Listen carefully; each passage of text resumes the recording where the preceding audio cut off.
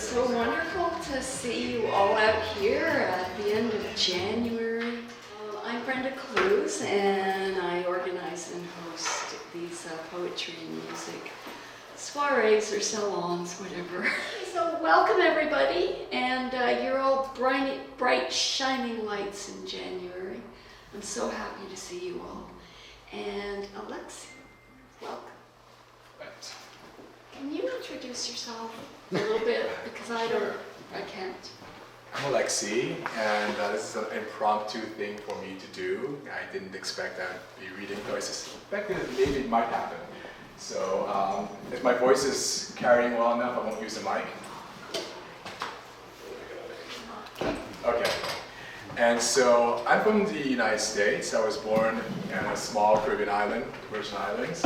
And my journey is really about discovering myself as a black man living in the United States and dealing with all of the things that you have to deal with there. Also as a gay man, so being black and gay and dealing with, being on the fringes, so to speak, of the social order, and always trying to knock and find my way back in.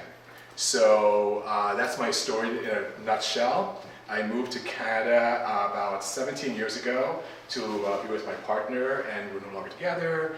But I love Toronto so much that I've made my home, and Canada is where I am and where I want to be. So thank you for allowing me to stand before you and perform some of my work. The first one I'm going to recite is actually a poem I wrote as I was, kind of like dealing with, my sexuality and trying to find love. We all try to do that, I guess. And so it's called Night, and it opens up with a epigram by the poet, a Chinese poet, Wang Wei, and it goes like this. The sun departs behind the mountains. Evening descends upon the valley with a cool, refreshing shadow. Oh, look, the moon, like a silver boat, glides upwards on sky blue sea. Night.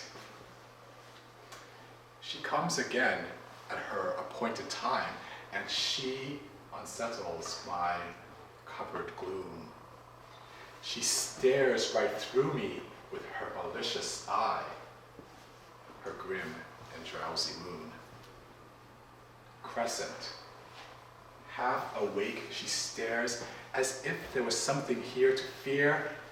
Crazed by her sleepy eye, I bear her wolf moaning softly in my ear. And all of her other eyes gaze sagaciously, as if they know of a secret tomb where men go in and hide. But crazed by her eye, I say, I've forgotten. Let me find it, because I lost it at that point. It's on my phone.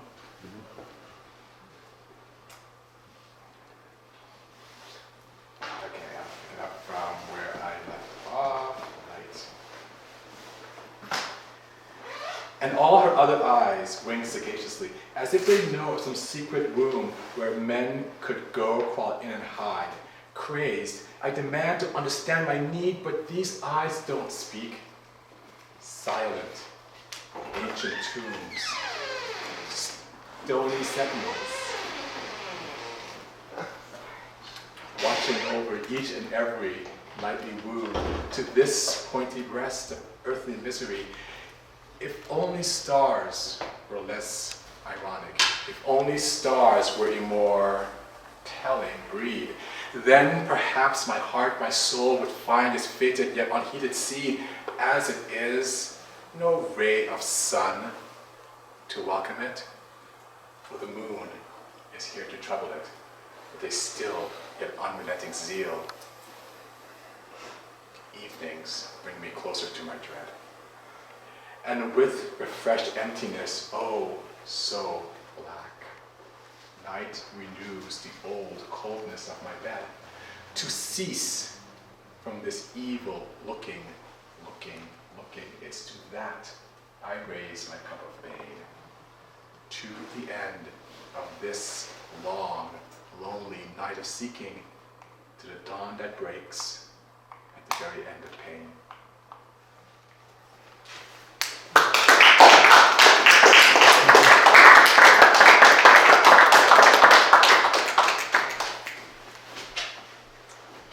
That was night. Gets a little darker. It's in 3 parts. It's a little darker. It gets a little lighter.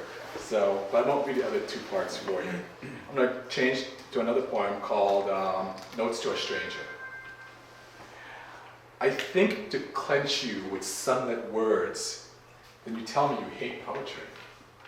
So, what more can be done with you? What other way is there to please you? Everything about you seems poetic. The sultry shade of your moon eyes, the cool complexion of your skin, the half arcs traced by your lips.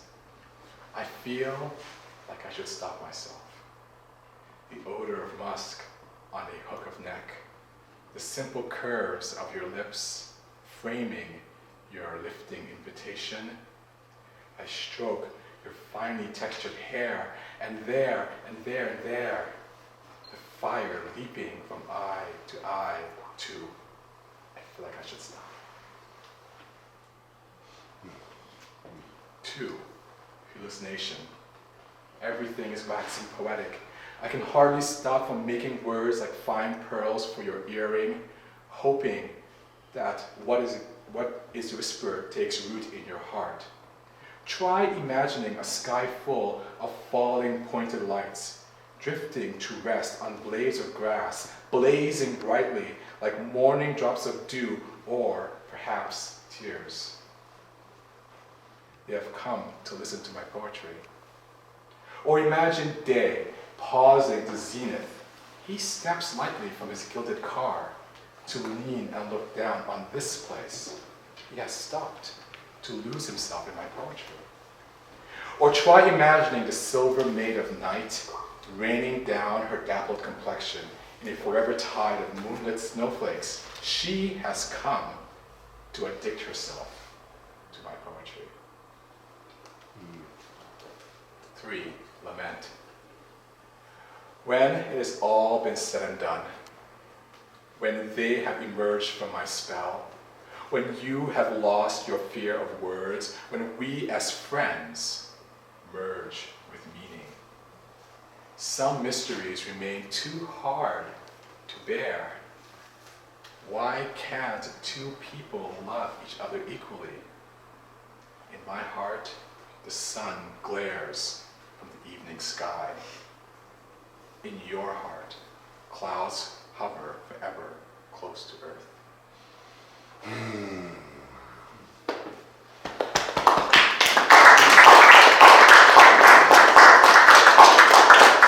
so one more. Actually, if you can bear with me, 2 more. Yes. Okay? Yeah. Okay, so the first one I wrote at a friend's house. I was in Colorado visiting, and for some reason this kind of struck me because I loved my friend and we were traveling together and we had a great time, and I felt like that duality, me and him, kind of like really went well together. So I wrote this, kind of thinking at home. I was in Colorado, and in my home here in Toronto, where I lived for many years, there was a pear tree outside the window of my house.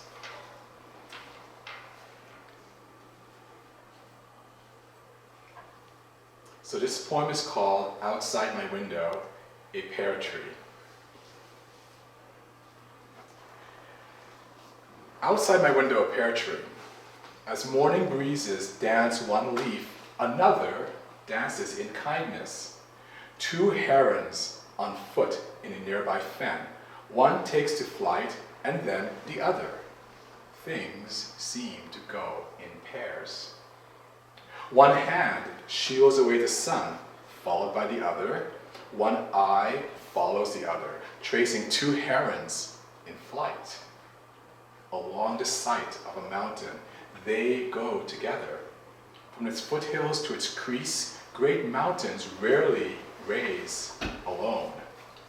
One surrounded by other splendid peaks.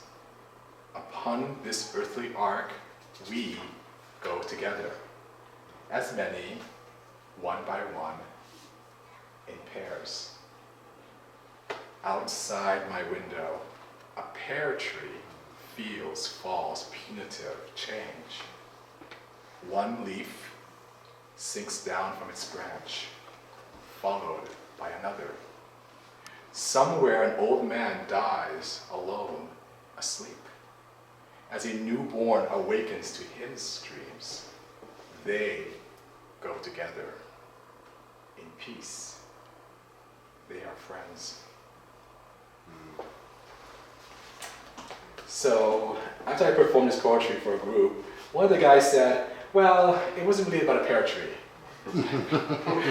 And he was wanting to hear about a pear tree, so I wrote another poem about that pear tree outside my window, about the pear tree itself.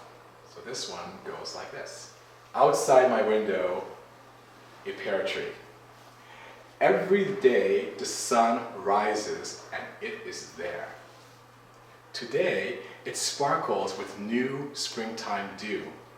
Velvet white petals drift like snowflakes, littering the cobblestones with its pearls. Summer shimmers its myriad of emeralds, each one the vibrating heartbeat of hot easterly breezes. Rodents, brush-tailed and black, cavort in its canopy, and ants till its soil in single file, single-mindedness. Ruler straight spine, with gracile arms uplifted, its beauty speaks deeply to me, more so than the mere breeding of seed and offspring, which no angry redeemer is here to curse for its fruitfulness, its fruitlessness. In the morning, as Jesus was returning to Jerusalem, he was hungry, and he noticed a fig tree outside, beside the road. He went to see if there were any figs, but there were only leaves. Then he said, "May you never bear fruit again." And immediately the fig tree withered up. Matthew 21:18. Outside my window, a pear tree is on fire. One moment glowing orange, and in another burning brighter, ever redder, as harvest winds strip away each flame to wither the ground.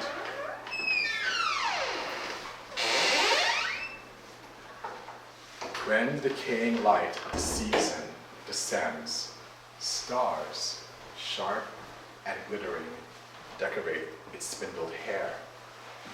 There, alone it shivers naked in winter night. And suddenly, a calming song of snow. Thank you.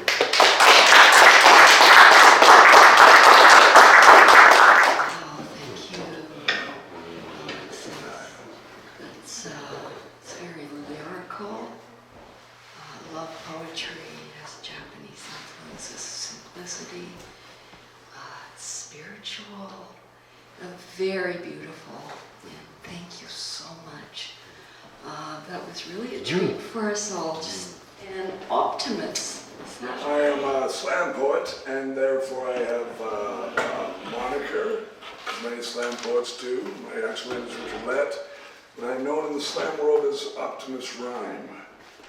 Optimus Rhyme is spawned from this idea that I sound an awful lot like a Transformer robot named Optimus Prime, for those who don't watch cartoons. And that's what came of that. I feel like doing a story first. I have a show that I perform about how I got into stand-up comedy, which is my main job, and how I got, and how it almost killed me, and how I do it sobered. The show is called Sober But Never Clean. And so I have a story that is part of that show that I think I will use this opportunity to tell in this forum. I normally accompany this with the piano, so this will be a good opportunity for me to try something new. It's called Do It Sober. I was scared to go to treatment. It felt like I was sending myself to prison. The woman at the homeless shelter said I would someday see my life before treatment as the prison. So on February 6, 2010, I checked into the Kinghaven Treatment Center for Men. I hadn't told a joke in at least 4 months. I decided to keep my past as a stand-up comedian on the down low, but as anyone who's been knows, rehab is a really bad place to try and keep things on the down low.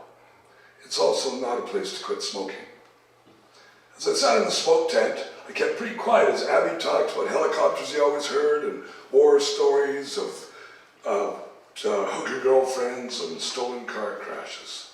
The first 2 weeks of the 10-week program was orientation, or big group. There was Lenny and Nate and Cody. Shane, we nicknamed Stain. Lauren had been to so many treatment centers we called him Lauren again. Jesse, a gigantic football player with fluorescent yellow eyes. And Blackie, who was, as you guessed, very, very white. My roommate I nicknamed Smashy, a junkie who saw bed bugs everywhere. Rolly, Dwayne, and Rapper Dave filled up the ring of chairs. On the first couple of days we did the hot seat, where everybody was allowed to ask each guy a question, just go around the circle. When it was my turn, Dwayne went first. He said, "You said that you worked in Fort St. John. What were you doing there?" So I was doing stand-up comedy in one of the bars. After that, every question was about stand-up, who I'd worked with, what it was like. Finally, Jesse with the yellow eyes said, "Did you ever do it loaded?" I said, "Oh yeah, but I prefer to do it sober because your timing's better." The next week, I was wandering around the grounds, and I was talking to one of the counselors, Terrible Ted. He said, "How are you doing, Rick?" I said, "Well, I'm still in denial." He said, "Well, I can help you with that. You're in rehab." So everybody keeps talking about stand-up, and I don't want to talk about it anymore because I don't think I can do it anymore. They keep praying for what I should do. It's just making me really sad. Ted says, "Well, you did say you preferred to do it sober." Yeah, well, I did say that. Ted was taking it out of context. After a few weeks, the guys had accepted that I was the washed-up comedian and had moved on. One night I was up late in the smoke tent when one of the monitors working the graveyard shift recognized my voice and came over. He said, "Holy shit, is that Richard Rhett? They told me there was a comedian here, and told me there was a real comedian here." He was a magician and a heroin addict, they often are, and apparently we'd worked together. He said, "Every now and then I like to bring in my magic kit, do a show for the guys. Why don't I bring in my kit this Saturday and you can do 15 minutes in front of them to warm them up?" I begrudgingly agreed, and over the next few days cobbled together a few jokes that I could remember. That Saturday, I did something different. I didn't get high or do a couple of shots. I did something I heard some guy say he did before he spoke at meetings. I prayed. I prayed that my words be of service to the people that hear me. Standing in the TV lounge under fluorescent lights in front of 40 guys on donated couches, I did stand up again. I think the guys were as nervous as I was. At first, a giggle, then a chortle, then a laugh, then a roar, and not out of pain or rage, but of joy and freedom. For just a few minutes, we were lifted out of that place, and I realized it wasn't about me. It was about them. After that, the guys would have none of the washed-up comedian. Dwayne said, "You're going to get back, and you're going to be funnier than ever, and you're going to owe us a lot of money." My memory of that time was bittersweet. It's like we went to war together, but war has its casualties. We don't know why some people are afflicted with the disease of addiction and some aren't. We don't know why some people get recovery and some don't. Some of the guys that were there that night follow me on Facebook and Twitter and Instagram and are fans of mine. But others, they didn't make it. Strong, smart, kind, young men are gone now. They say every 35 minutes in Canada somebody dies from addiction. saw Dwayne the other night. Came to see one of my shows. He was drunk and obnoxious. I told him to get to a meeting. He left mad. I said goodbye as he walked away. Every time I see a relapsing alkie walk away, I say goodbye, just in case. Why him, not me? I don't know. Thanks.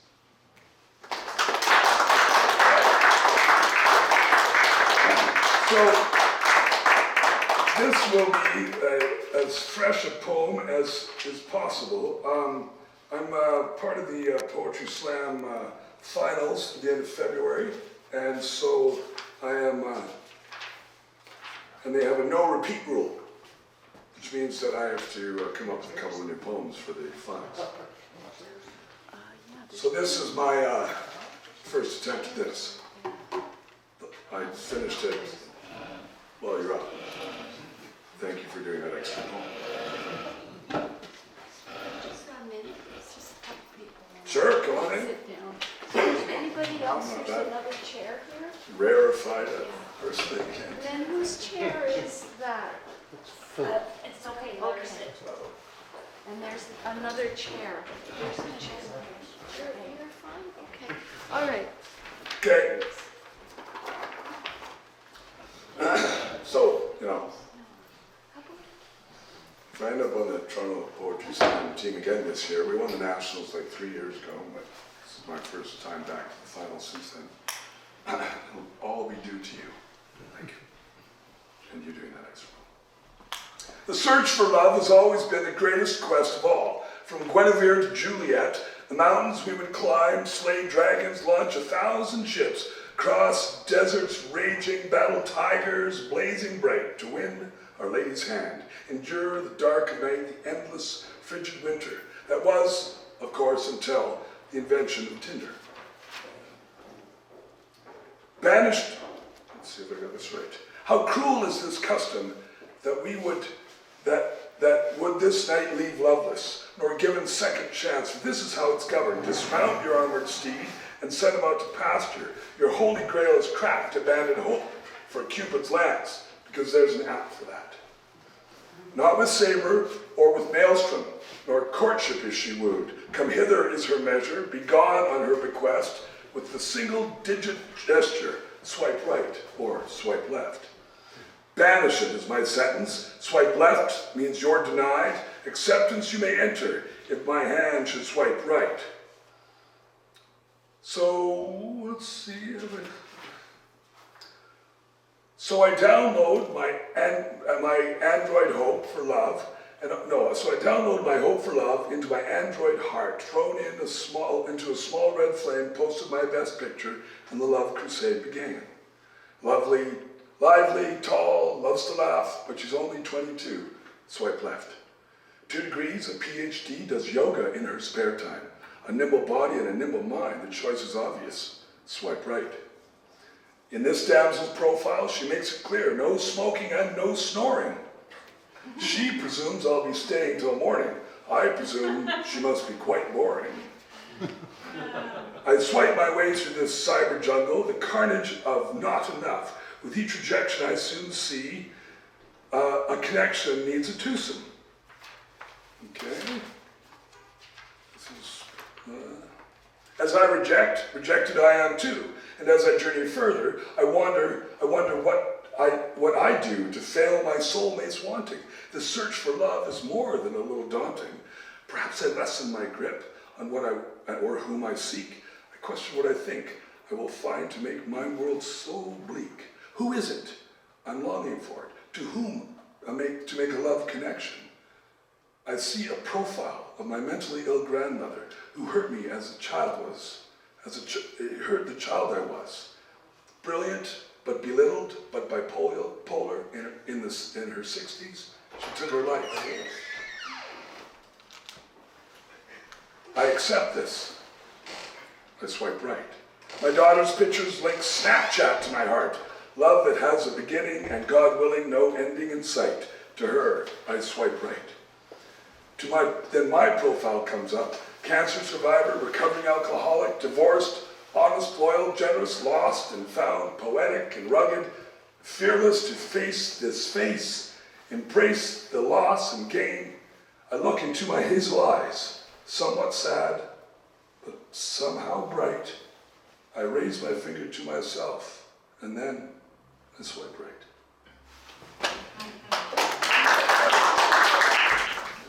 Thank you so much. Optimus, that's just such an important topic and so close to issues of life and death and survival and what it means to be alive and what it means to be on the edge. And I so appreciate it. Thank you. You're welcome. I've known Stedmond quite a number of years. He's absolutely brilliant, fantastic performer. His poetry ranges through culture, popular culture, history, emotion, everything. And I'm sure he's going to just be as amazing as he always is. Welcome, Stedmond.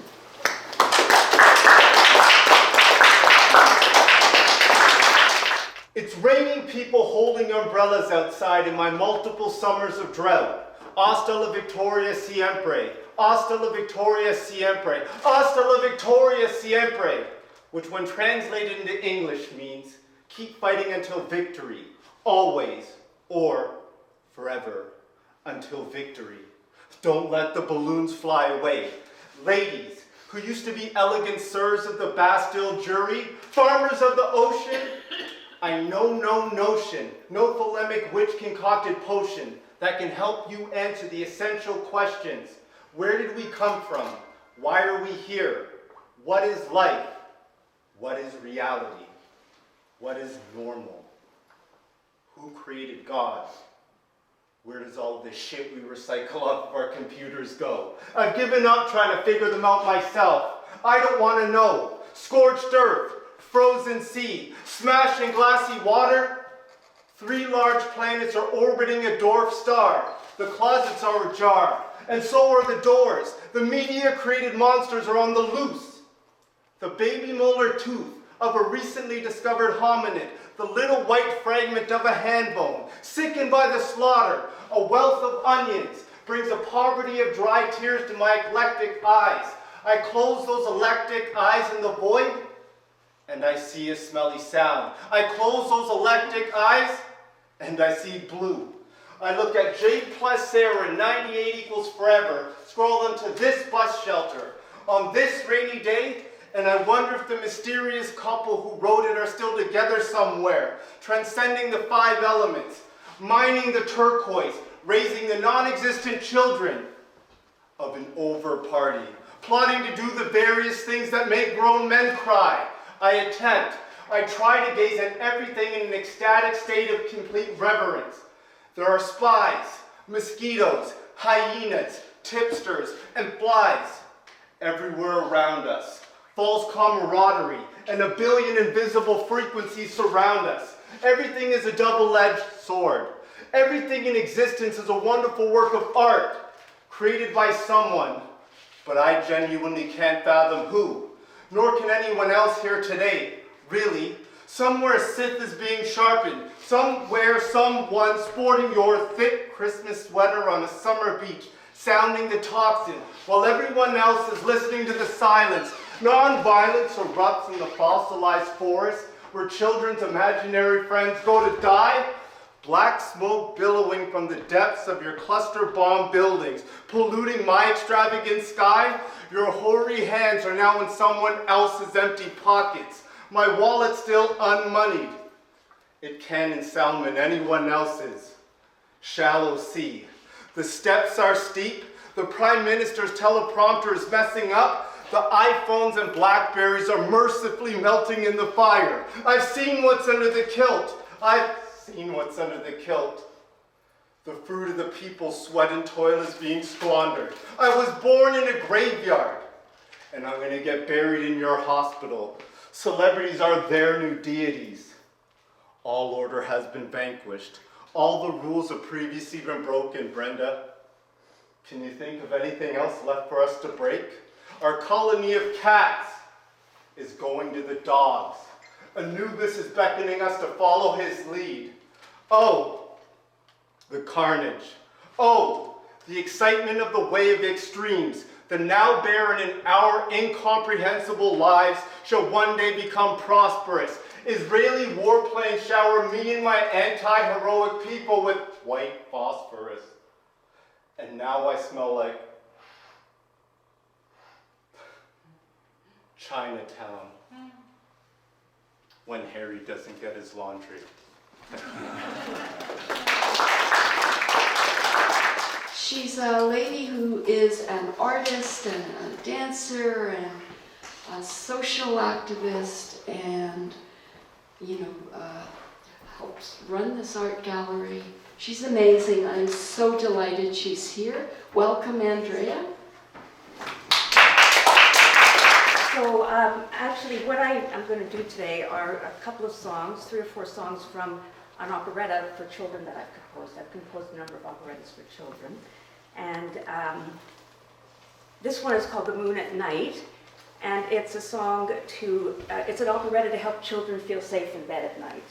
And it's about a child who loves the moon, and one day the moon comes to visit them and takes them to dance among the stars. And so the moon begins, and I haven't warmed up, I haven't been singing, so I'm not quite sure what will happen. But it's for the lyrics. And one of them, I think I'll say the song instead. So the first song is the moon singing to children. And my vision is that she would be perched on top of a ladder, a spiral staircase, high up on the stage, and sing to everybody from there in a shiny robe. Okay.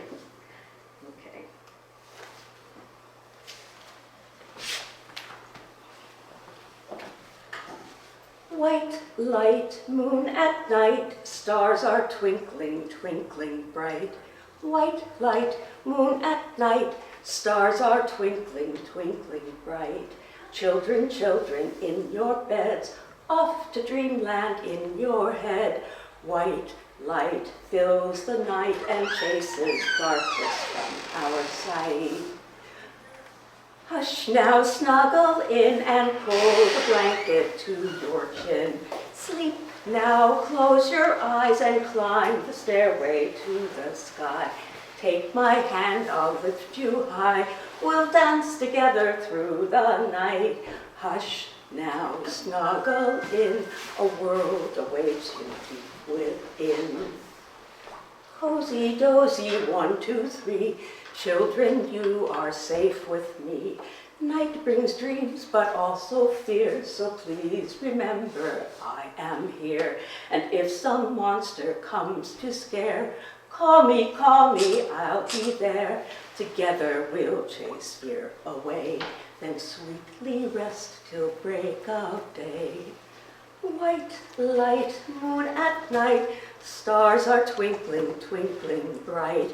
Hush now, snuggle in, pull the blanket to your chin. Take the train to the land of sleep. It chugs along so gently. Slower and slower, turn the wheels till sleepy heads drop to their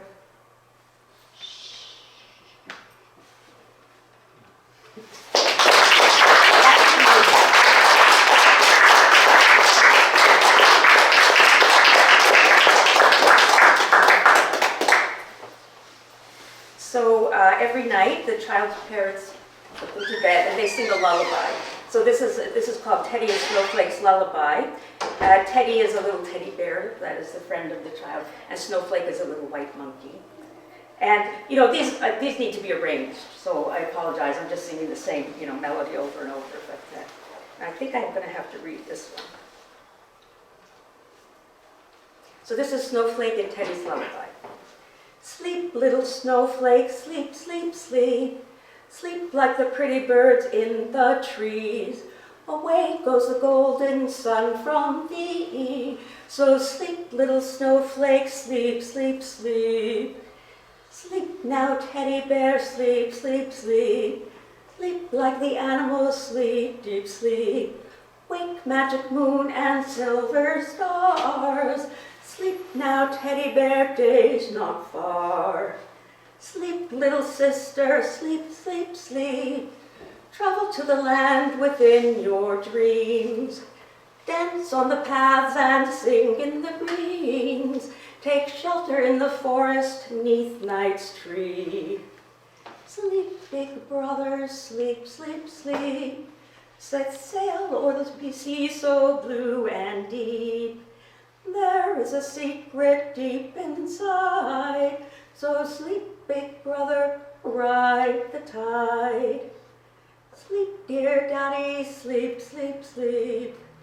Journey to the world of fantasy. Paint down the sky, turn words into dreams. Discover new worlds and meet new beings. Sleep, dear mummy, sleep, sleep, sleep. Sweetly rest in the night's dark harmony. Life is a circle and love the key. So unlock the door, let go and be. Sleep, little baby, sleep, sleep, sleep. Rocked in my arms, you're safe with me. When you grow up, I know you'll be. Sleep, little baby, strong and free. Sleep, all the children, sleep, sleep, sleep. Deep in the night, you'll find your peace. So turn the world for you and me. Sleep, all the children, sleep, sleep, sleep. Sorry about my voice.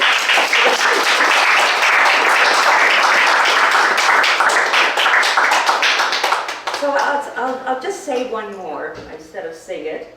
And this is called, it's about dreaming at night for the child. Dreams, dreams, dreams, dreams. Where do they come from and where do they go? Why do we have them? I want to know. I think I'm asleep in my own little bed when suddenly, somehow, I'm flying instead. My teddy bear talks and is tall as a tree, and mommy and daddy seem so far from me. Dreams, dreams, dreams, dreams. Where do they come from and where do they go? Why do we have them? I want to know. My eyes are shut tight, but somehow I see, and the clowns from the circus are laughing with me. Their clothes are so funny, all stars and all stripes, and sparkles and spangles dazzle the night. I'm riding a horse as fast as the wind. The whole world's our meadow to go galloping in. His long mane flows back and tickles my face, and faster and faster and faster we race. I love my horse, and my horse loves me, and we're galloping, galloping, gallop, gallop, galloping free.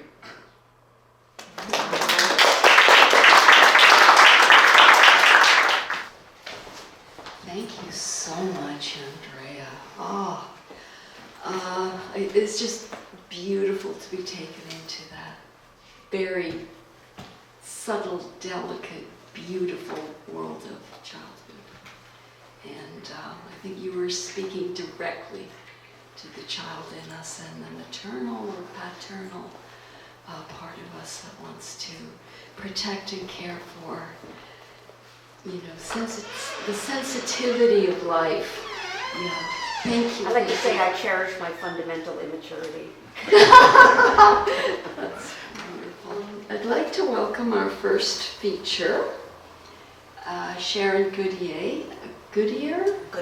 Goodier. And I've known Sharon 30 years. She was a wild spirit. She had a mane of long black hair. She was just gorgeous, and I really looked up to her. And then we re-met at Q Space. That's right. When I had a solo show, you were walking around, we started talking. And Sharon taught theology for many years, retired, and now she writes poetry. She's been intensively writing poetry for a number of years now. And it's been amazing to see her go from wanting to write and to be a poet to where she is now. It's fabulous. So she's a poet from Toronto. She's had poems published in Carte Blanche, 11th Transmission, Dovetails Nature Anthology, and Adana. She was longlisted for the Mary Kay Ballard Award in the US in 2014. New Legends Anthology will publish her short story, The Year of the Donkey, this year. In 2015, she self-published a book of social justice poetry, A Stone in My Shoe, as a fundraiser for a Palestinian refugee sponsored by her church, which is absolutely fabulous. And she's currently working on a collection of photo poems. She's been doing ekphrastic poetry for the last while, titled Eye of the Beholden. And she's going to self-publish that book too, as a fundraiser for the refugee. She's a member of the Toronto Writers Collective, and she'll be working with youth at CAMH. And I'm very delighted to say this is one of my little paintings. Sharon did a poem for it. She doesn't have it with her today, but I'm absolutely delighted. So when I do finally take I finished it last night, so when I take a photograph, I will post your poem with that. So she's just an absolutely wonderful friend, and I'm delighted to feature her. Welcome, Sharon. All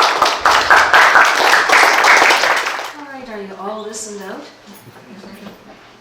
Okay, this is actually my first scheduled reading ever, so you are a hallmark audience. More about the experience of facing. Sun was my undoing, brushing my face with feather warmth, melting frozen furrows to a tear poised on a trembling cheek. Sun tendered me. Wind was my undoing, scraping the sand to let the sun dig deeper into ruins, past previous incarnations, to my first and final face. Wind sifted me. Now are many buried nights and resurrected days. Sun in the west, wind in my bed, moon is my undoing.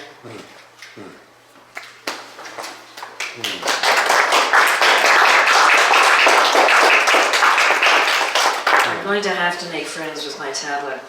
You folks who read from your phones, I envy you. It's so much easier. Turning 67 on Thanksgiving Day 2014. Shaken by autumn winds, flowers drop petals. First frost turns leaves into flags at the year's end parade. I breathe in color. Temperature rises and falls at a whim, it seems. Flu bugs revel in the moisture-laden paths between cells. I cough in resistance. Mind becomes a wooden chair, rocking from past to present.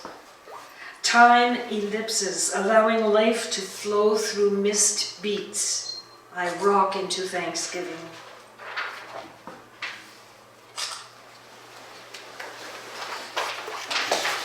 Hide and seek. Don't clap in between. Save your applause to the end. Hide and seek. Grandchildren climb my knee. We read stories, sing songs, play hide and seek. Feigned sleuthing sets the pace, finds them every time in the same place. Squeals of delight, jumps of joy. Hide and seek, not so much about hiding as about being found.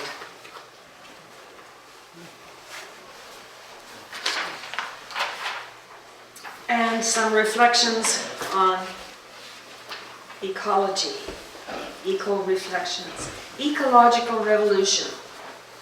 We kill enemies that we might live. We kill animals that we might eat. We kill others that we might reign. The earth has gaping wounds we call mines, oil wells, tar sands. Earth breaks out in a rash of forest fires, the flames prickling the bark, the soil. Earth does not know how to scratch.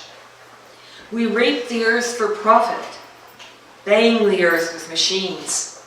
We are motherfuckers. Another world is possible. If we reduce our carbon footprint, change the way we eat, wash clothes, clean houses, when and what cars we drive. Another world is possible when industry downsizes not its employees, but itself. Fewer factories, fewer consumables. And what would we do without things to buy? And who would we be without things to own? Our anxiety disorder is a gnawing fear of not having enough. We medicate through buying, buying, buying. We must bleed with the earth, cry out in pain and anger, mobilize, hit the industrialists, the billionaires where it hurts most, in their groins of power. It is our right and our duty to do this. Earth is our bread, our breast, our bone. Map for the millennium. The poet was wrong. The world is not too much with us. It is not enough. We waste our power getting and spending, the bread and circuses of the privileged, distractions from what really is. What really is that the struggle for survival now burdens all but the rich, keeps us so busy we don't have time to change anything, to mobilize, to scream, I can't take it anymore. What really is a carefully constructed campaign of fear, advanced by movies, TV, that what we are in danger from is each other, immigrants, refugees, terrorists in every movie, so many crime dramas. What really is military terrorism, slaughtering innocents in the name of global security, our gargantuan appetite, eating up tax dollars we need for housing, education, healthcare, and for educating young industrial countries so they won't grow up to be just like us.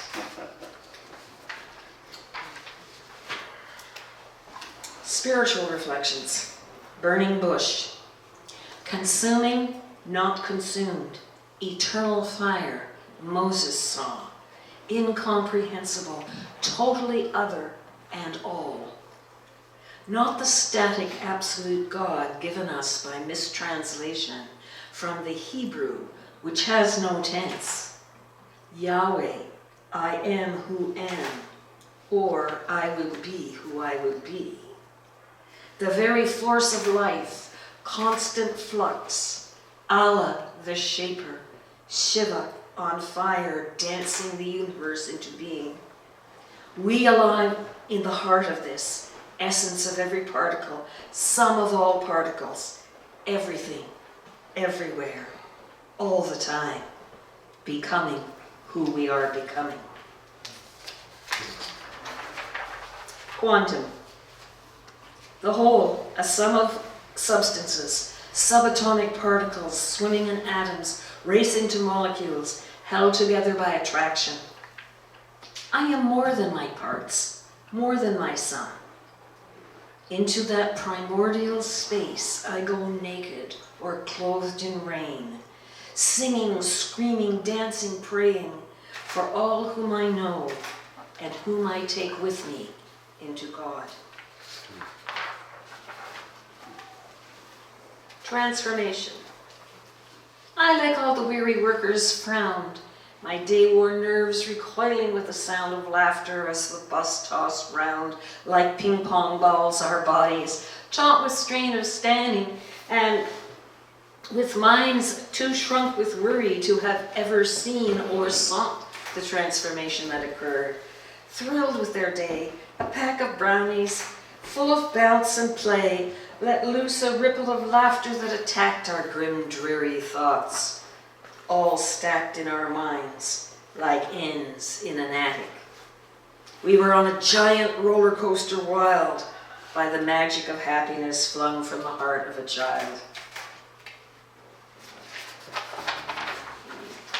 Death, the door to what's been all along, enhanced connection, a universe of we, timeless tapestry, woven from always. No ego can understand. This lovemaking has always been, will always be, gathering everything into its eternal orgasm. Now some personal reflections. Abuse. Abuse, peanut butter spread on bread, no jam. Spaces where the PB thins, butter breaks through. Never an easy swallow this life. Sticks to the roof of my mouth like toffee, but not toffee. Peter Pan. Oh, how I wanted Peter Pan to come, sprinkle me with fairy dust, make me fly. Neverland would be safe from groping hands, clubbing fists. I would be protected by the Lost Boys. Even Captain Hook looked more ridiculous than dangerous, and that was the trick, you see. Evil masquerades, not as clowns, but as caricatures of itself, inviting our acquiescence. Politicians grow hooks to replace the hands we have severed for the lies they told. We vote for them again. The courts grow hooks to replace the hands of police officers who shoot innocent black men. Lost boys who wanted nothing more than to be safe in a land of never. And some poems about writing. Ars Poetica. Paint me in shades of white, for I am like the snow, falling through airy passages, tossed ever upward in somersaults, till I finally touch ground to lie in a heap of promise, asleep under a hoary blanket. Only when spring tears me apart do I render to earth what I've taken from air in the agony of a slow melt. Muse. Straddle her knees, breast to breast, nipples erect, touching. See with her eyes the depths where even the sun does not shine. Ecstasy, misery. Hear with her ears the music of trains whose movements carry us to and from joy and pain. Lips touch softly, relaxed, gently open, receiving tongue and ink. There's a type of poetry that's becoming very popular right now, especially with women, which I call memoirist poems. Poems that talk about their family of origin and the experiences they had as a child or a first marriage. Minnows in a tin. Every summer when I was 8 to 14 years old, my family rented a cottage from Snail's Cabins down a long dirt road, rural route number 2, parallel to the train tracks on Lake Simcoe in Beaverton, Ontario. 2 bedrooms, a kitchen with a wood stove, a screened porch. My sister and I counted train cars, mostly freight, and Socks our cat hid out of the cabin, coming out only to eat. The first 2 years my brother was with us, blonde hair and fair skin, sun exposing head scars from the forceps that caused his brain damage. The 3rd summer he was living near Beaverton at the Ontario Hospital in Orillia, where he stayed until he died at age 29. And we would go to visit him twice a week, taking him for a drive he didn't seem to enjoy. Despite small strains, it was a time of peace. Away from the tension in our city apartment, my sister and I caught in a web, a stressed mother with chronic fatigue, a father constantly changing sales jobs because he wasn't a very good salesman. But there at Snail's Cabins, the sun shone even when it rained. Trains came and went. We played Rumoli and Rummy with a new deck of cards every year. My mother getting so upset if she lost, I let her win. Little strains, little rains, evaporated in the August sun, leaving a residue of magic nothing could wash away. Swimming was a mile through the town of Beaverton at a long dock, perched on top of large rocks, our toes sluices for the light brown corrugated sand on the bottom of Lake Simcoe. I learned to shallow dive off that rock and to catch minnows in a tin before letting them go. Vacation was leisure time, My mother sunbathing on a blue lounging chair, my father and I going off to play golf, although he wasn't any better at golf than he was at selling carpets. One night when I was 12, I lay awake on the cabin bunk listening to my parents talk about sex and sin, and how my mother believed my brother's brain damage was punishment for the sex outside marriage that had made me. We were all minnows in a tin, caught by circumstances, waiting for release to get back into the water. Street hockey. My sons played street hockey, second-hand equipment, used pads, soon torn, patched with duct tape, rings of silver against brown. Helmets with movable face masks, black straps with weary lines.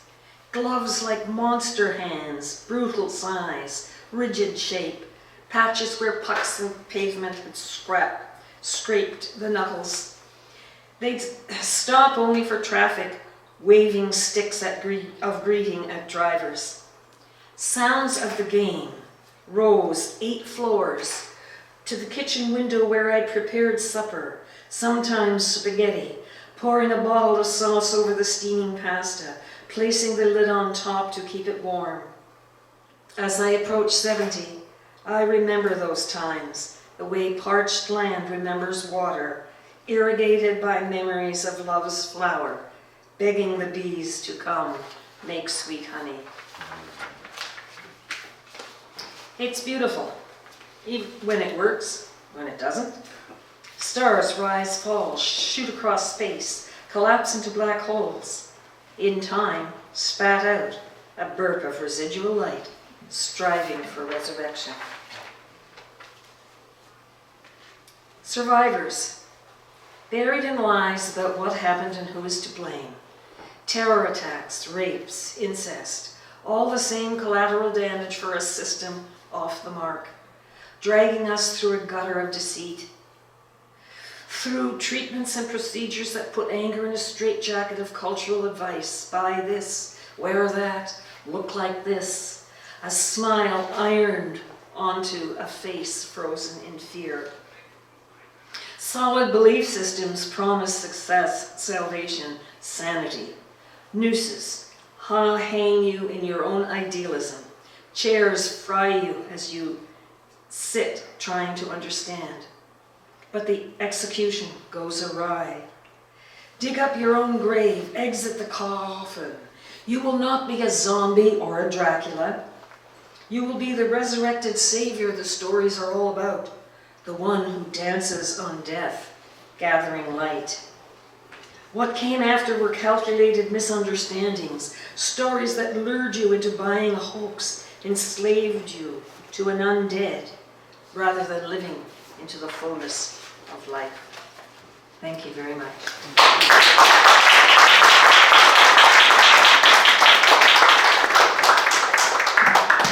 Wow, thank you, Sharon.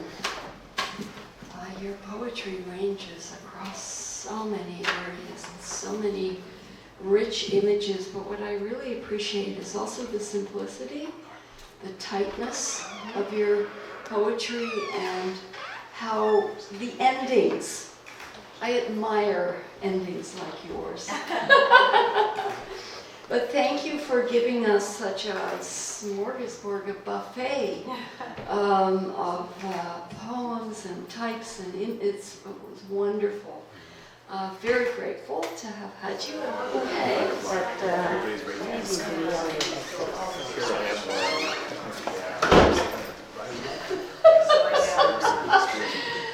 And Joseph's here with his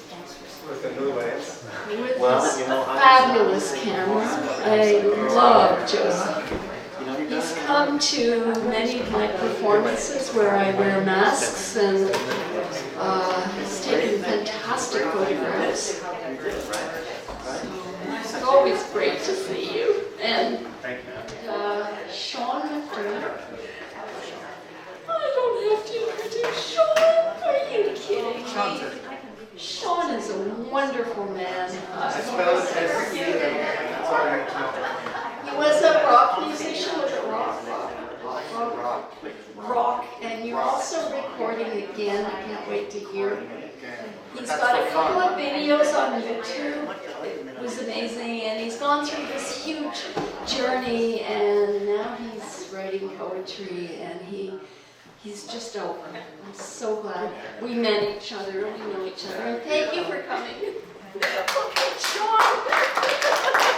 I'm hoping that when I finish reading this, that for once Brenda will get up and say, "That was really horrible. I hated it. I couldn't stand any of the words.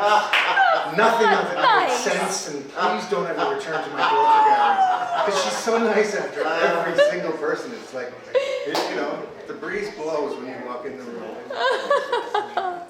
I want to continue. It's not my fault everybody's along so your good. theme of that poem about being as a family of Untitled. And a friend of mine lives out in Vancouver. My name is Sharon McDermott. A friend of mine lives out in Vancouver, and we lost touch, and then we got back in touch a couple of years ago.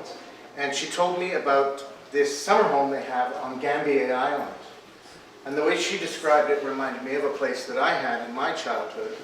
And after I put down the phone, I was so satisfied with talking to her that I just wrote this, and then I sent it to her. And I've never read it, and maybe I never will again, depending on Brenda. I had brought all my rehab poetry, but then I cannot do that. So this is entitled Gambier at Distance. In shallow graves, brave seedlings hold, from walled-in waves of treetop gold, when fall allows the egg to tumble downward through a canvas jungle. A borealis crispy wooded dude, fresh morning moss awaits to murmurs soothe. A damp cold rock from rivers traveled, glacier graced soft springs unraveled. Leather treaded boot disrupts the gentle sleep in frosted crispy footsteps ever deeper. Shaded glade, sweet ferns to greet the morn. This passerby is welcome in his form. If I may never tread this hallowed glorious ground, or hear the distant ferry wayward sound on Gambier's sprayed shores, I truly stand from etchings left in words that paint this mind. For mornings mist or afternoons for joy, oh patience, little girls and growing boys. Scuffed knee will evermore be daily present, warm meals, hot tea, 100,000 pleasants, that only children have the strength to climb the lazy rocks that mock the water's line. As waves approach, so gradually recline. The tide she's in, it's tide, full tide, it's time. Now leap and splash while generations sow, the bathing suits revealed in shrills and throws. Play catch, dear Mother Earth, as trampled she receives. The seedling guests are down on bended knee. At twilight, Father Gambier at rest. All life receives to treasure up the chest. Its jewelry ever full, forevermore. For I shall set my gaze to island shores.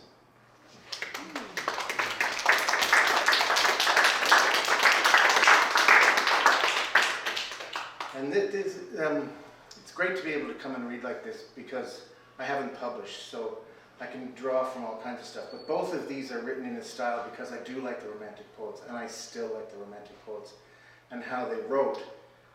This is about a mother, maybe halfway through raising her children as she awakes, because sleep is probably the most blessed place for a mother who is very busy. So I'm describing this figure as she awakes. It's called Dawn Grace. Thou soft, unused impression, morning light, unfeigned expression, dull of flight, through chambers sadly heaving, barely spied, dewdrop on maiden's brow delight. Climb shallow, cloudy, stale embrace, emotionless down Eve's pale face, all colors yet to cross the breath of wisdom's voyage, path to death. Heave empty breast, creep static draft, now flutter eager lush eyelash, distasteful stench of spring's new gasp, undignified, until at last the plough cuts deep as pleasure will to render early daffodils, sour stretches sweet on rainbowed glade, as plump as berries in parade. See golden boughs adorn this room, those lines in fallow pastures bloom. All peaceful embers keep the fire, the maiden sleeps, warm mothers sigh. Nor oil nor etching pity scribe, why venture weak to capture quiet? Admire content, contented smile, now waking glide from pure delight. Fair gaze of eyes rise up, half closed, not pine for youth while comfort shows. This heaven saved for none but those who drench fair life in life for children's clothes.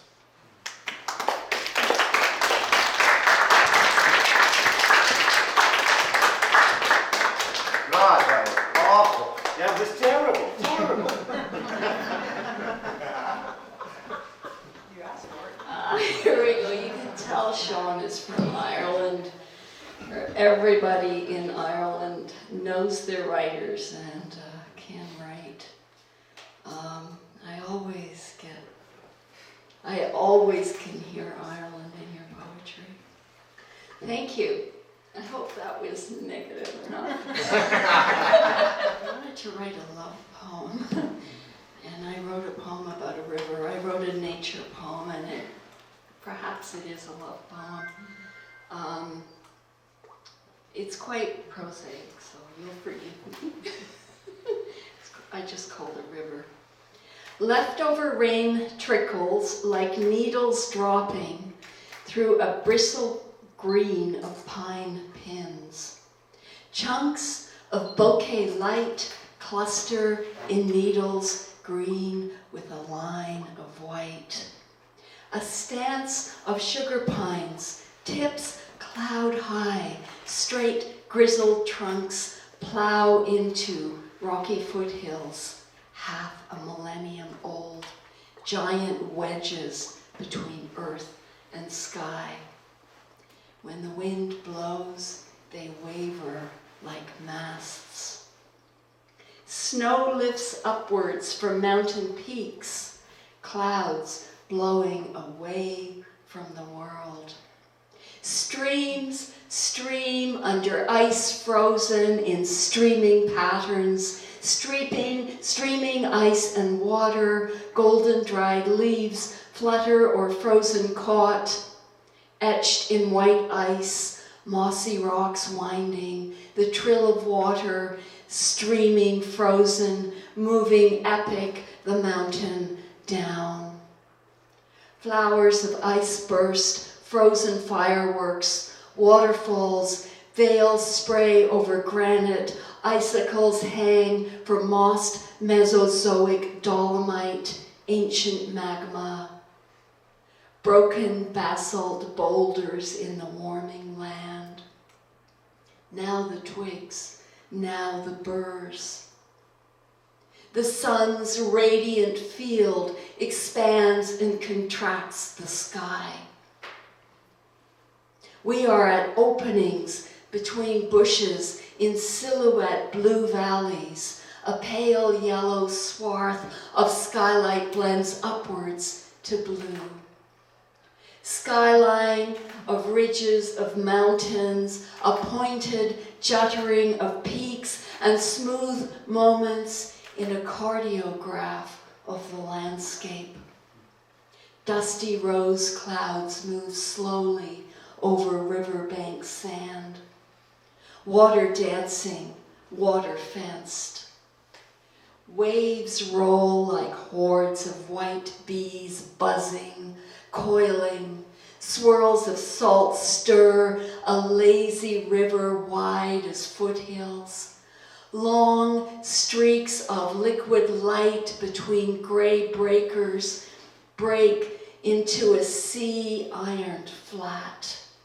Waves curl, rolled rugs of froth sweep, striations, bands of blue, rolling swish of waves, music of the ocean's edge. Purple sea against a lemon sky. Salty undertow drags the river from the mountains. Thank you.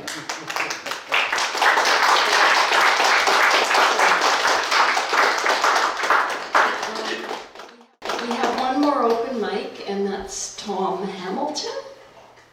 I met Tom probably almost a month ago at Linda's. Yeah. Linda Stitt's Poetry and Music Afternoon, which is on the first Saturday of every month, and it's at Vino Rosso? Yeah. That's right. Yeah, 1:30 to 4:30, and it's a beautiful afternoon of poetry and music. And Tom is a violinist and a poet. It looks like he's reading poetry today. So I would like to welcome Tom. Thank you very much, everyone. I've been writing poetry in suites for a lot of years. And I have 4 of them here about dining. What happens is that I write for about 30 or 40 years on some subject, and eventually the suite comes together. And that way I have about 6 or 7 or 8 or 10 of them going at once. I published 2 books of poetry. One of them is called Bellicose Veins. And the other one is called Deer Crossing. I'll read you from Deer Crossing because Bellicose Veins is, you might find it a little bit gory. It's about my experiences in war, but some of those experiences took place in Canada. But I think that what we'll do is go for the more domestic kind of thing. That's what's called, we'll wait till the restroom has finished. Welcome back. Anyway, here's the first one. It's on SoundCloud as well. It was recorded. I decided that I would make a nice swing tune out of it because I like to sing and perform jazz music as well. Anyway, this one's called Let's Dine. Last rays on the bay, let me top off your wine. One that complements oysters as pearls do plunging surf your neckline. Just enjoy the sunshine reflected in flatware and the shoreline. Don't say you must leave here before 9. Break the fresh baguette and refreshing news that you'll stay to take in the best of ocean views. Drop all your previous engagements. Let's dine. Let me cater to your every predilection. Say, lettuce futon, crouton pillow. Dressed in vinaigrette or undressed. Make the supper hour into night. Play footsie, play the fool, but no later than sunset. Say about 8. End this hunger, strike, while the grill is hot. Balance appetite with reason. Feast on what's in and not so much in season. Season each morsel with your smile, and let's dine. Have it in, have it late. Have anything you'd like upon your plate. Be my dinner, my breakfast, my luncheon date. Let's dine. The list goes on. Rachmaninoff, too. Gloves off. Talk with your hands, your head and mouth. Eat your fingers. Eat with your fingers. Laugh with your eyes. Roll them. Point with your fork at any point. About love's misty mystique you care to clarify. Oh, try this with clarified butter on a toast point. And at this point, let me toast your taste. Fix these eyes on thine as you unfix your locks, luscious a canthine. Have it in, have it late. Have anything you like upon your plate. Be my dinner, my breakfast, my luncheon date. Let's dine. Be my clementine, tangerine, persimmon, fig, my valentine. Plumb the depth of passion, fruit, pig, or chicken out. I want beef. Be a trifle rare, a truffle, a rare bit, a bit exotic. By fate and the fire we kindle, ravage the ravishing, gorge on gorgeous, ruffle some plumage on kitchen island. As candles dwindle, and wax runneth down one side.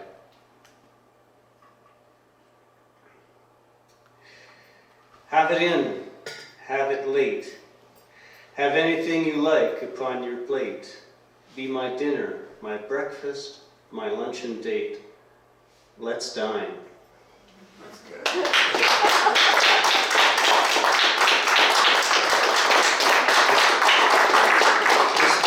Here's another one sort of in the food category. Corned beef. The key to our corned beef turned until the tin ribbon, a coiled watch spring, as with many matters in time, snapped. We savored the pinkish meat, extending it into hash with cabbage, onion, carrot, and potato topped with eggs. Now, two metal cusps, unequal as an eggshell, sit empty, and which part is biggest could not matter less. Wraps. I thought perhaps I'd order from the menu of a new place called Wraps, and when it came wrapped in foil and paper, I thought how apt that the item should taste a lot like both of them. White bread. This is for those people who have become bread Nazis. It is analogous to boring and synonymous with plain. When your quotidian terrain is uniform, hardly rugged, and it's not hard physical work you do, your inner cry is multigrain. You tear into coarse, hardy crustiness. If all about you is refined, square, soft, it's overkill to eat even the odd slice, even take enough intake of that kind to make you fat or terminally ill. But you can't beat white, cubed for croutons, to stuff a turkey, top onion soup, or to grill whatever cheese you've got on hand in a sandwich, especially cheddar, bold, sharp. True, in a pinch, it's dough again, bait for carp. But bulging with chicken, salmon, tuna fish, egg salad, or bacon, lettuce, tomato, mayo, as toast, garlic, cinnamon, French, it's the way to go. Drizzle honey on it. Will never smother the delicate flavor. I'm indulging. Despite its fall into fashionable disfavor, it's being made into yet another healthy crusade. Let bakeries add vitamins and fiber if they want. I get them elsewhere, so they needn't on my account. Thanks, I can balance my own diet, and I think you can chance it. So buy a loaf. Try it. That was white bread. That was a cluster of those. Anyway, that concludes my reading. I hope it didn't make you too hungry.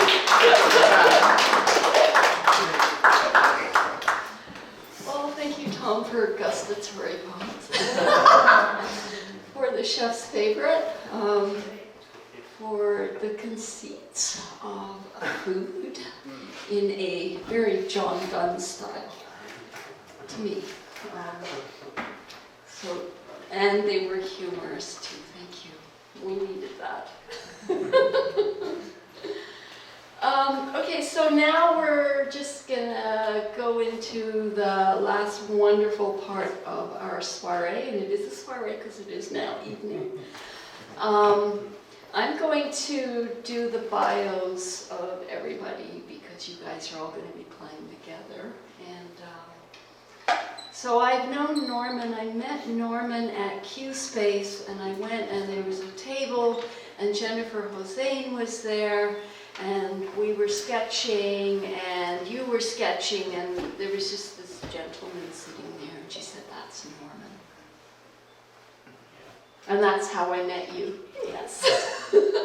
And I've gotten to know Norman over the years. He's many things. He's a poet, an artist, naturopath, PhD in neuroscience, and had a very famous father too. Moderately famous. Moderately famous. He's had a chapbook published, book of poetry, 2 books of poetry published. Yeah, and he's got a massive website, so go check out his website.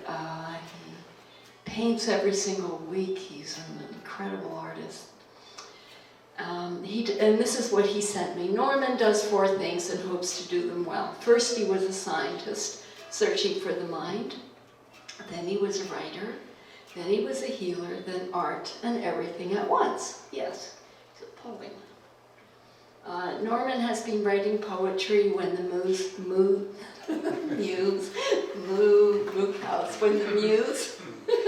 has moved him for yonks. Al Alvarez once said that his work lacked "fuck you." It is a fault Norman hopes he has corrected. Leonard Cohen said he thought that Norman had not transcended his bourgeois upbringing. You. And Amoeba Starfish, gosh, I guess the first time I met you guys was at the last Beautiful and the Damned. Yeah. And they featured at my salons quite a number of times, and absolutely love their work. It's very underwater, dream time. Oh. We're going for moist. And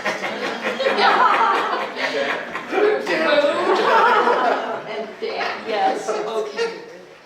Amoeba Starfish's bio is biodegradable. Of course, they never send me a bio. I found this on the net years ago. But it's still good. The bio is biodegradable. Phil and Jeff met in 1988, began collaborating on various experimental, sometimes controversial, multimedia projects thinly veiled as bands. They created Amoeba Starfish in 2009 to simply return to the ideals of play. And quantum jazz is what they do. It is about being sincere and having fun without fear, limitation, and expectations. Where you can be a wave and a photon at the same time. Yes. So welcome Norman and Phil and Jeff, and they're going to play while Norman reads, and then they're going to have a set of their own. And I'm bald without the hat, so there's a hat. Was that a poem? That's an introduction. This is Untitled. I don't see that the Creator is evident in his creation. I think for the most part, this miraculous world, once uttered in the Big Bang, unfolds through quantum Darwin. For the most part, the Creator hides as men spin lies, and the devil rides in our hearts, along with the worriers and the warriors, and the glad-eyed boys dancing with the Kiss Me girls, so wanting to trust love.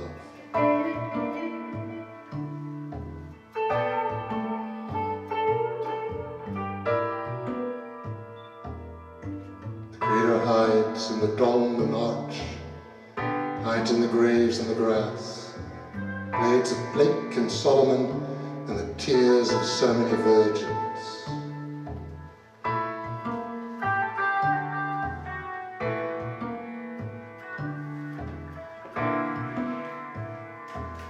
The Creator hides from our reproach, hides from our blush,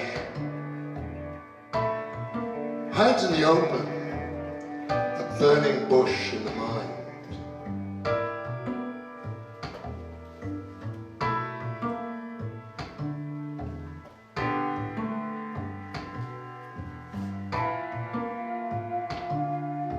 Consider the lilies.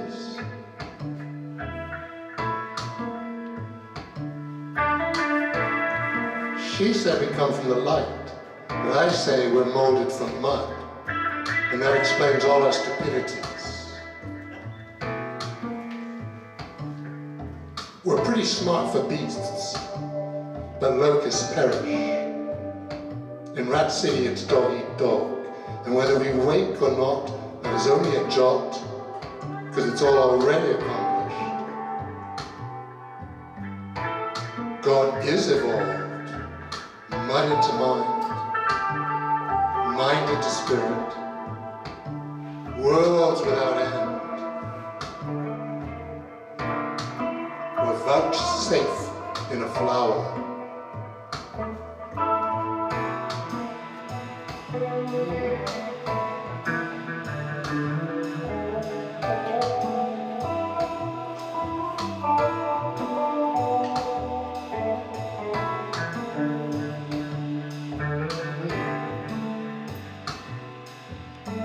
Is there a word for the absence of resonance?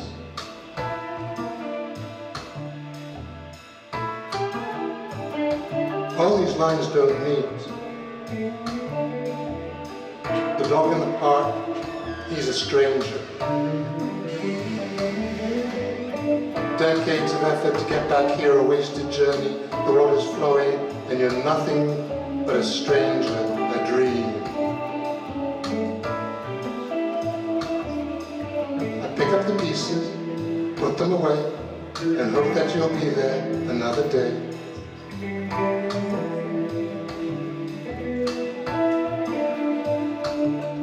There's no reason. There's no reason. There's no reason. There's no reason. There's no reason in this embedded universe. No reason. Just rhyme. Just rhyme, just rhyme.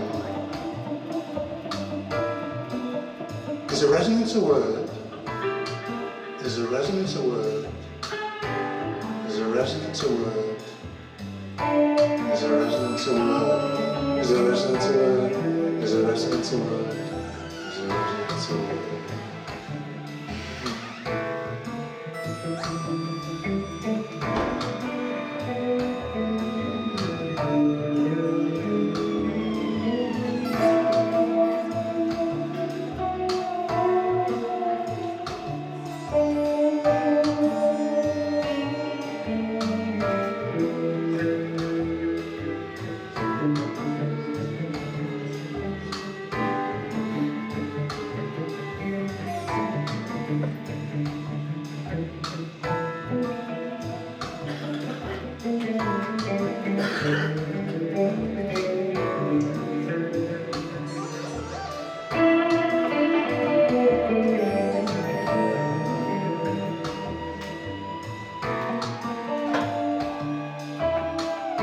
Tell me Christmas.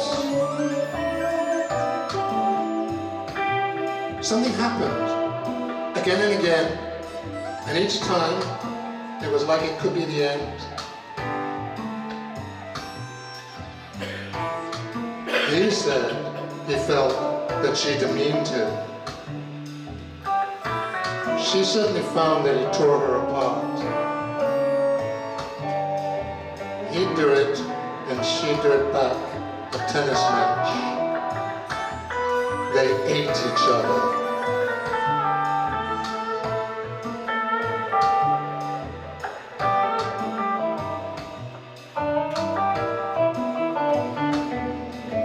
Most days were up and down, vistas till out of reach, endless beaches spread from the morning like eternities. And this or that would happen, glad things and bad things, and things indifferent. Endless beach till I'd stub my toe on a rock or on faint. Clack, the sudden sound of accident. Everything's changed, and you can't go back.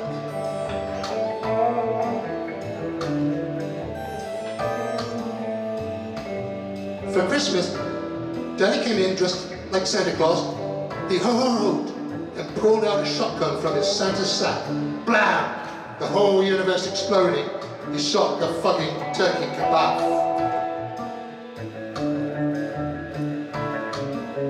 What do you do for an encore after something like that? Well, he doused the Christmas tree in kerosene and burned down the house.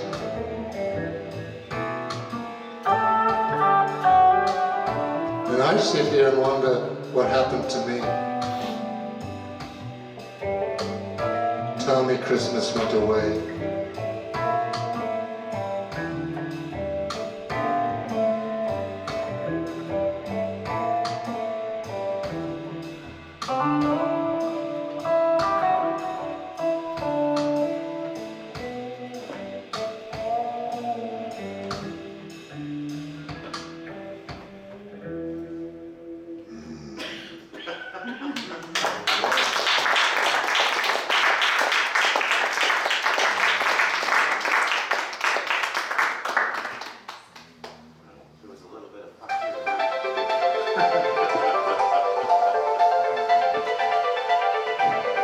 Where will Bo Peep go when? Gretel spun out. She knew she would. She played with the devil's pudding. What was she chasing or running from? Couldn't reach, no easy chair, collecting cats. Gretel in her gingerbread house, waiting for glue or patch. Then she'll waddle where? Oh, where will Bo Peep go? When? No closure.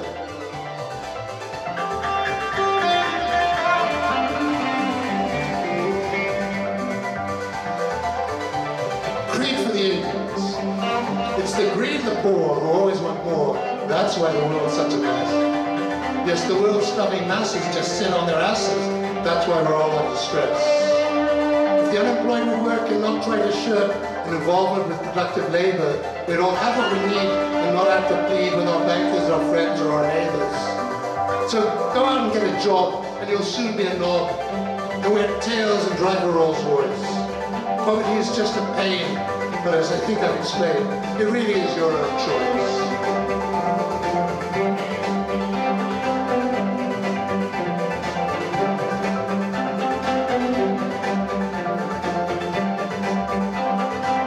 Politically incorrect dog taxi driver song. Black dog licks the water from the cauldron. Ugly housewives lie in Bathurst Street. I take them to their poker parties and listen to them bicker. Did you see the way she eats? Behind each Zionist Attila lurks, but they tip like white men. Dead kittens coat the road.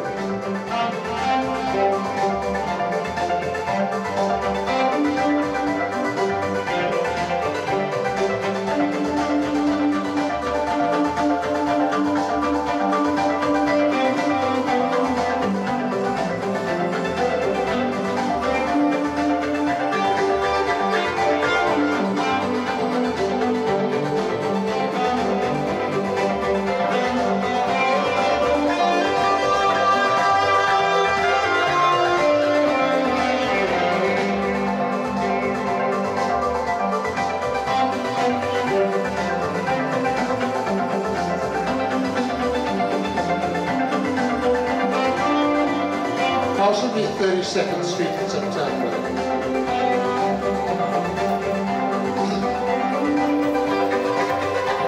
The space between your life and mine is full of all the world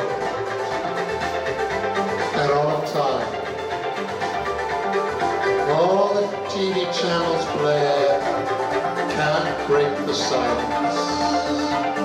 The night is between us, the days stand in our way, rivers of time. A few nights ago, as I sat in the garden, contemplating the space between two knots in the wooden fence, I realized that this is accessible just there, just grab it. And now what? And then Ewing Wood and Carrick Water, the falling towers of Georgie's New Wall.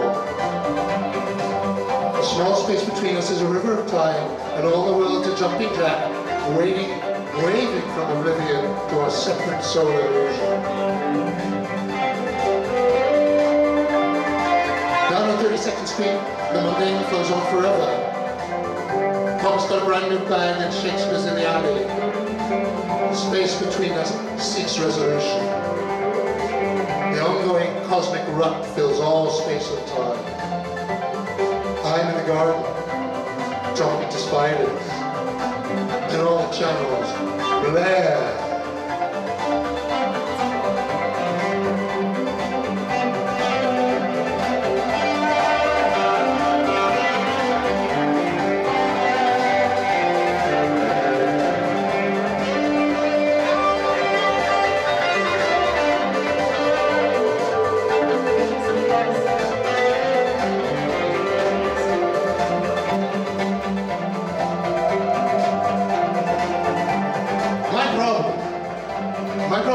Negative.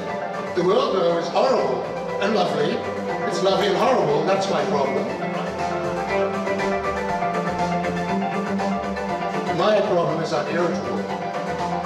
That's my problem. There's irritable weather on my schoolyard door, cobbled streets I stood on with a hungry belly. Learning to cope with appetite, watching it strangle and rape little Sharon moaning side. And worrying is part of my problem. I come down on poisons, that's my problem. I don't know where I'm going, but I'd like to see Jerusalem without police. Jesus has angels who avenge with fire. That's the problem. Jesus has angels who avenge with fire. That's the problem.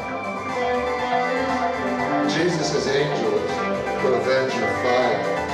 That's the problem.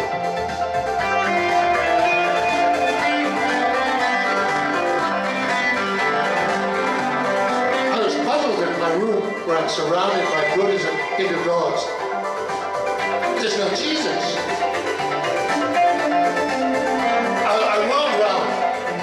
Then settle down and realize the thing that you know about after Jesus, just open your heart and say love is an option. You don't bow down to love. You don't bow down to love. You open your heart.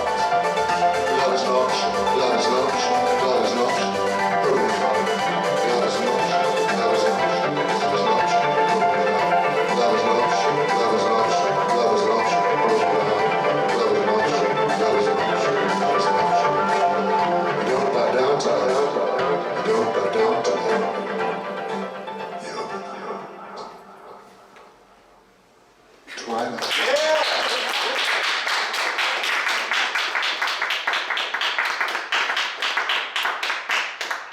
That's two poems, now we're going to do a third. Sure. I like that. That was fun.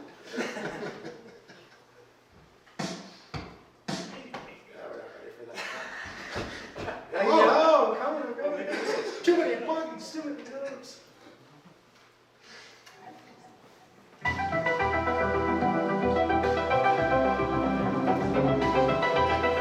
Here's the fuck you poem that Allan, a major poetry critic, friend of my dad's, that he liked because it had fuck you in it. Obstinacy. We all seem to be filled with a certain obstinacy. In me it just says no. In you it says I don't believe. In the loud child, it spends its time asking, nothing. Fuck you, loud child. I tell you no. So if I read the Al Alvarez poem, then I've got to read the Leonard Cohen poem. The Bourgeois Blues. This concerns me Harper's amazing first poetic outpouring, which my father sent to Leonard Cohen. Lee was, in his beautiful, so Ted enclosed a headshot. A few days later, Ted said to me, "You write poetry," and something like, "Wow, you're good, you're really good." And he sent my poetry to Leonard. Leonard said he didn't think that I transcended my bourgeois upbringing. And he also pointed out that Ted hadn't sent my headshot. So I wrote Leonard the Bourgeois Blues.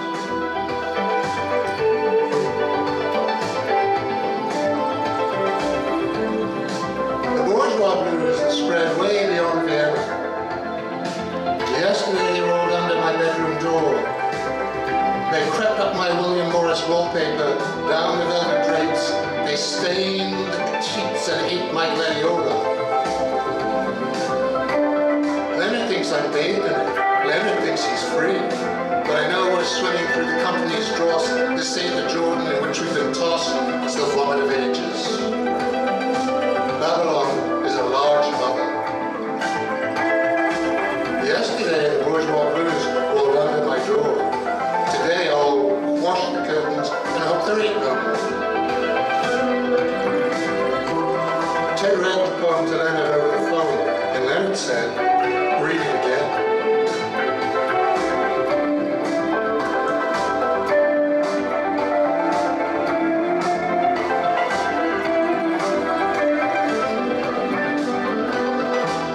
Reincarnation.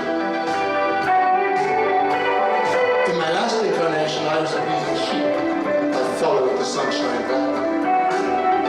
I remember the journey to slaughter, stock car, stockyard, electric prod, and stun gun, all your humanity.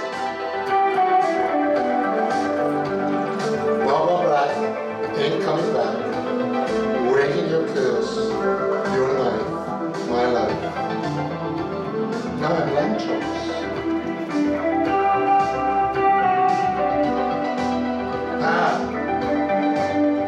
The swastika.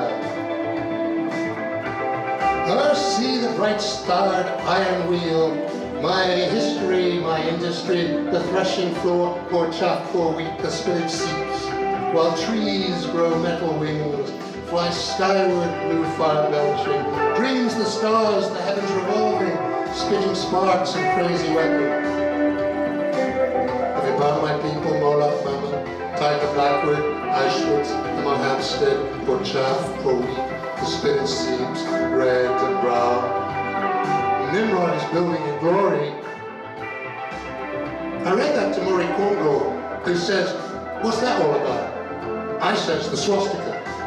He says, "How so?"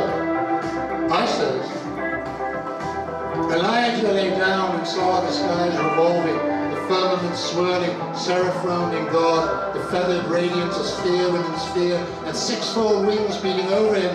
Far, far, far, the soaring hub and universal fire, center, energy. This the ancient Vedic glyph, the swastika. But the godman kingdoms built a working model of this god. It burnt the fields. Now we burn in chromate. Now we build in chrome titanium plasma fire. Now it hums. Before the war, they built in tin and steel. Back then, they worshipped the internal combustion engine, flywheels singing, heat exchange, rear sleep, exhaust, exhaust, stuttering exhaust, retorts, stuttering wheel of fire, the goblin's precious child. see the bright-starred iron wheel, my history, my industry, the threshing floor, poor chaff, poor wheat, the spirit seeps, while trees grow metal wings, fly skyward, blue fire belching, dreams the stars, the heavens revolving. Have you bound my people, Mama, Molo, taken backwards, and Hampstead, Auschwitz, poor chaff, poor wheat, the spirit seeps, red, brown. Nimrod is building in glory. See, he raises his brow and threads his bow.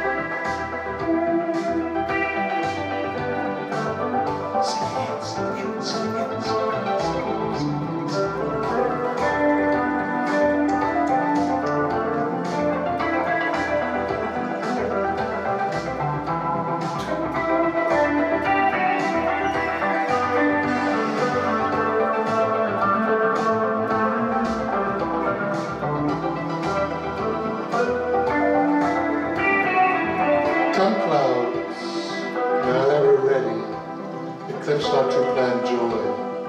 Tomorrow we'll plan again. Today is already gone, along with childhood, back into the vaults of would-be, might and when. Grey clouds, blue clouds, peach sky, willow tree and rain. Tomorrow we will plan again.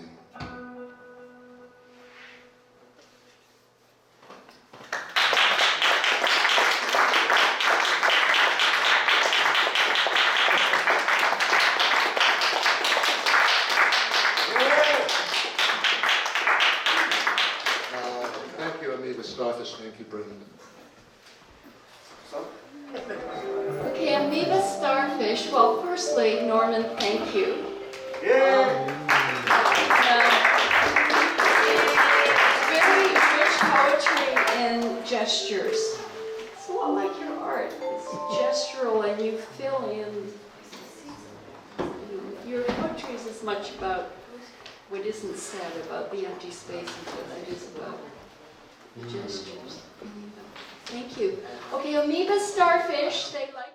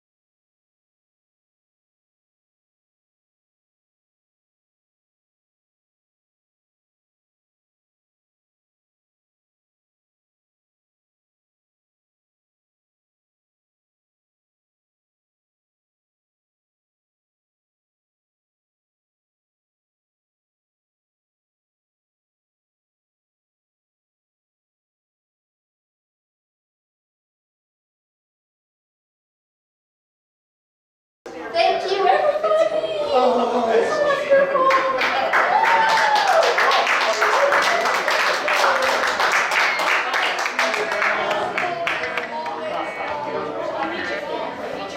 Brenda, you're divine.